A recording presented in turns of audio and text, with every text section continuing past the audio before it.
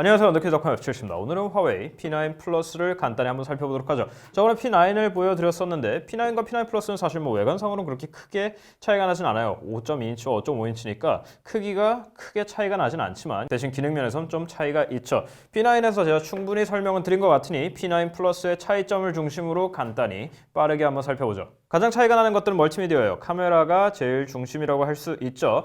다행히도 카메라는 작은 P9과 동일하기 때문에 주간이나 야간 사진이 꽤 잘 나와요. 조리개가 분명히 밝은 편은 아니지만 노이즈가 그렇게 많이 끼지도 않고 디테일도 잘 살아있는 사진이 나오죠. 특히 여기서 흑백을 눌러서 뒤쪽에 있는 모노크롬 센서로 사진을 찍으면 디테일이 훨씬 더 잘 살아있어요. 뭐 분위기를 살리기 위해서 모노크롬을 쓸 수도 있지만 디테일을 위해서도 충분히 쓸 수 있다는 거죠. 거기에 이쪽에서 선택할 수 있는 색깔 모드, 표준, 생생한 색, 부드러운 색을 고를 수 있는데 표준에서 생생한 색이나 부드러운 색으로 가면 느낌이 확 달라져요.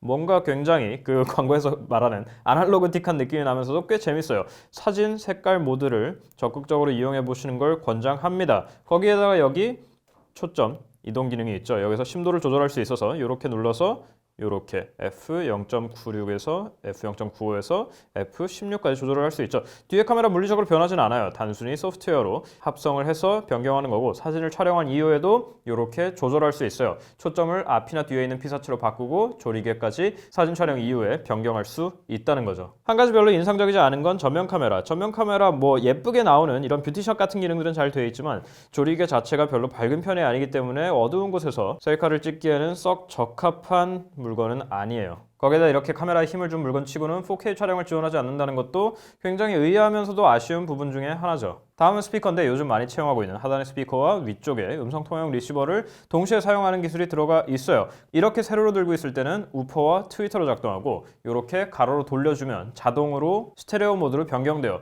제가 최근에 테스트해본 스테레오 스피커 기계 중에는 상당히 괜찮은 정말 상위권에 있는 스피커라고 단언할 수 있어요. 그래도 가장 상호작용을 많이 하는 매체는 역시 화면이라고 할 수 있죠. P9 작은 것과는 다르게 IPS가 아니라 아몰레드 패널이 들어가 있어요. 이건 취향에 조금 갈릴 수도 있을 것 같은데 레이아웃이 펜타일이기 때문에 약간 신경 쓰일 수도 있겠다라는 생각은 들어요. 하지만 여기 색온도를 조절할 수 있게 돼 있고 컬러 모드에서 보통과 생생함 사이에서 고를 수 있기 때문에 취향대로 설정하면 크게 문제가 될 만한 부분은 아니고 색 재현력이나 휘도가 전혀 부족하지 않은 모습이에요. 한 가지 재밌는 건 디스플레이에 압력 감지가 들어가 있다는 거예요. 일단은 압력 감도를 설정할 수 있어요. 이렇게 눌러서 테스트를 해보면 되죠. 어디서 조금 많이 본 UI 같다는 느낌이 들긴 하지만 가장 쉽게 쓸 수 있는 건 갤러리예요. 이렇게 세게 눌러주면 이렇게 줌이 되죠.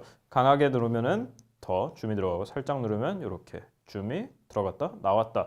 생각보다 꽤 편리하고 직관적으로 잘 구현이 돼 있어요. 그것보다 지금 보면서 여기 밑에 소프트키가 없는 것 같은데 라는 느낌을 받으셨을 수 있겠는데 사실입니다. 화면이 꽉 차 있죠. 하드키도 없으면서 요게 요 키를 갖다가 포스터치로 대체할 수 있어요. 그래서 요 밑에 땡땡땡 있는 부분을 힘을 줘서 눌렀을 때 백, 홈, 멀티태스킹 기능을 수행할 수 있게 만들 수 있어요. 물론 이런 게 싫으면 얼마든지 설정을 꺼서 일반적인 소프트키를 띄워서 쓸 수도 있죠. 거기다 왼쪽이나 오른쪽 가장자리에 앱 바로가기를 설정할 수도 있어요. 그래서 여기서 그냥 누르는 게 아니라 힘을 줘서 누르면 특정 앱이 뜬다든지 하는 식으로 설정해 놓을 수 있고 이게 지금 보기에는 조금 웃겨 보일 수 있는데 익숙해지니까 저는 그냥 소프트키 없애놓고 이걸 포스터치로 대체하는 게 되게 편해요. 화면이 꽉 차 있으니까 시각적인 만족감도 훨씬 높고 사실 이렇게 줄이면서 예전에 베가에서도 많이 보셨겠지만 뭐 여러 가지 위에서 이렇게 스크롤 한다든지 아니면 구석에 조그맣게 만들어 놓는다든지 그 기능도 있긴 하지만 여러 가지 방법들이 있었는데 그동안 써본 것 중에서는 이렇게 압력 감지, 포스터치로 소프트키를 대체하는 방법이 제가 써본 것 중에 제일 편했어요.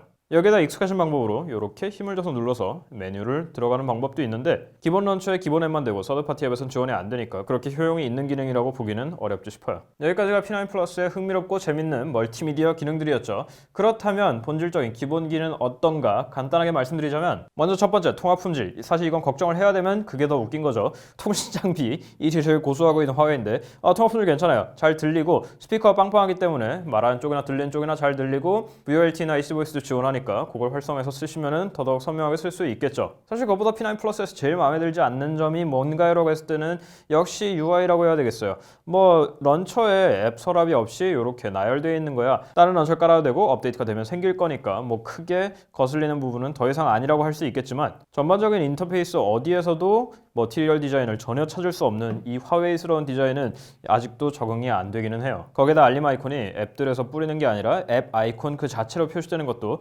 아직도 마음에 안 들고 이 알림창의 목적 자체도 위배된다고 생각하기도 하고. 하지만 반가운 게 하나 있죠. 위쪽에 적외선 포트가 있기 때문에 이걸 이용해서 스마트 컨트롤러 리모컨 기능이 있어요. 요즘 빼는 게 다 추세인데 P9에는 없고 P9 플러스엔 들어가 있어요. 여하튼 반갑고 고마운 기능이에요. 화웨이의 UI, UX 중에 마음에 드는 것도 당연히 있죠. 일단 지문인식 센서가 굉장히 빠르고 정확해요. 거기다가 여기서 지문인식 센서를 통해서 위아래로 쓸어내리면 노티바가 내려왔다 올라갔다 하죠. 여기에 더해서 사진을 좌우로 넘길 수 있는 기능도 있고, 요거는 지문인식 센서가 있는 기계면은 다 넣어줬으면 좋겠는 기능 중에 하나예요. 한마디로 간단하게 요약하자면 전반적으로 꽤 빠르고 부드러워요. UI가 제 취향은 아니고 좀 덜 고쳤으면 하는 마음은 있고, 직접 설정해주지 않으면 백그라운드 앱을 너무 자주 죽이는 감이 없지 않아 있긴 하지만, 단 GPU 부분에서는 상당히 아쉬운 성능이기 때문에 3D 게임을 즐겨 하시면은 그건 두 번 생각해볼 필요가 분명히 있어요. 자, 그렇다면 그거에 비례해서 배터리는 얼마나 가는가? 화면 켜짐 기준으로 4시간 반에서 5시간 정도예요. 충분히 괜찮은 편이죠. 물론 저는 항상 LTE로 쓰고 화면 밝기를 중간에서 자동으로 놓고 상당히 웹서핑을 많이 하는 편이기 때문에 배터리 소모가 심하니까 이건 절대치가 아니라 다른 기종과 비교해서 상대치로 받아들여 주시는 게 맞겠지만, 화웨이는 이걸 슈퍼차지라고 이름 붙였는데 아래쪽에 USB Type-C 포트를 통해서 고속 충전을 할 수 있죠. 충전에 2시간 정도가 걸려서 아주 빠르진 않고 앞에 50% 정도는 굉장히 빠르게 충전돼요. 자, 이렇게가 화웨이가 국내에 첫 번째 출시한 완전 플래그십 P9 플러스예요. 자, 정말로 괜찮고 재밌는 폰이에요. 그런 의미에서 이제 물어보시겠죠. 사도 돼요? 라고 하시면 항상 저는 뭐 예 아니요를 간단하게 답변해 드릴 수는 없어요. 그런 기계는 사실 아주 많진 않아요. P9 플러스는 분명히 상당히 괜찮은 기계예요. 지금 쓸까 진지하게 고민 중이에요. 근데 출시가 너무 늦었어요. 물론 출시가 늦은 만큼 가격을 조금 딴 데보다 싸게 나온 건 사실이에요. 초기 출고가 기준으로는. 근데 출시된 지 6개월이 다 지나고 좀 있으면 P10 발표해가지고 이거를 지금 사라고 하기에는 조금 애매한 감이 있어요. 보조금이 많이 실리면 당연히 충분히 당장 사셔야 되겠지만, 그런 의미에서 가격 얘기를 잠깐 해보자면은 이 친구가 69만 9천 원이죠. 70이라고 칩시다. 그랬을 때 갤럭시 A8 2016이 65만 원, 특이한 거 좋아하시면 프리브가 60만 원, G5가 70만 원, 그거랑 비교하면 당연히 이걸 사셔야 되는 거고, S6 엣지가 74만 원, 아이폰 SE가 70만 원, 아이폰 6S가 68만 원인데, 유사한 가격대일 때 아이폰이나 국산을 제치고 화웨이를 사실 분이 많을까요? 라고 물어보면은 그렇진 않겠죠, 당연히. 하지만 화웨이 P9 플러스가 어때요? 라고 말하면은 좋은 폰이에요. 출시가 너무 늦었고 가격이 조금 더 공격적이어야 되지 않나, 첫 출시한 건데. 물론 프리미엄 이미지나 그런 걸 많이 생각했겠지만 하는 생각이 들어요. 기계 자체는 충분히 잘 만들었고 지금도 충분히 훌륭한 기계예요. 여기까지고요. 도움이 되셨으면 좋겠고, 저희 인스타그램, 페이스북, 트위터, 구글 플러스 그리고 네이버 TV에서 보는 거 잊지 마시고 다음 시간에 또 흥미롭고 즐겁고 재밌는 기계로 찾아뵙도록 하죠. 화웨이 P9 플러스였습니다. 끝.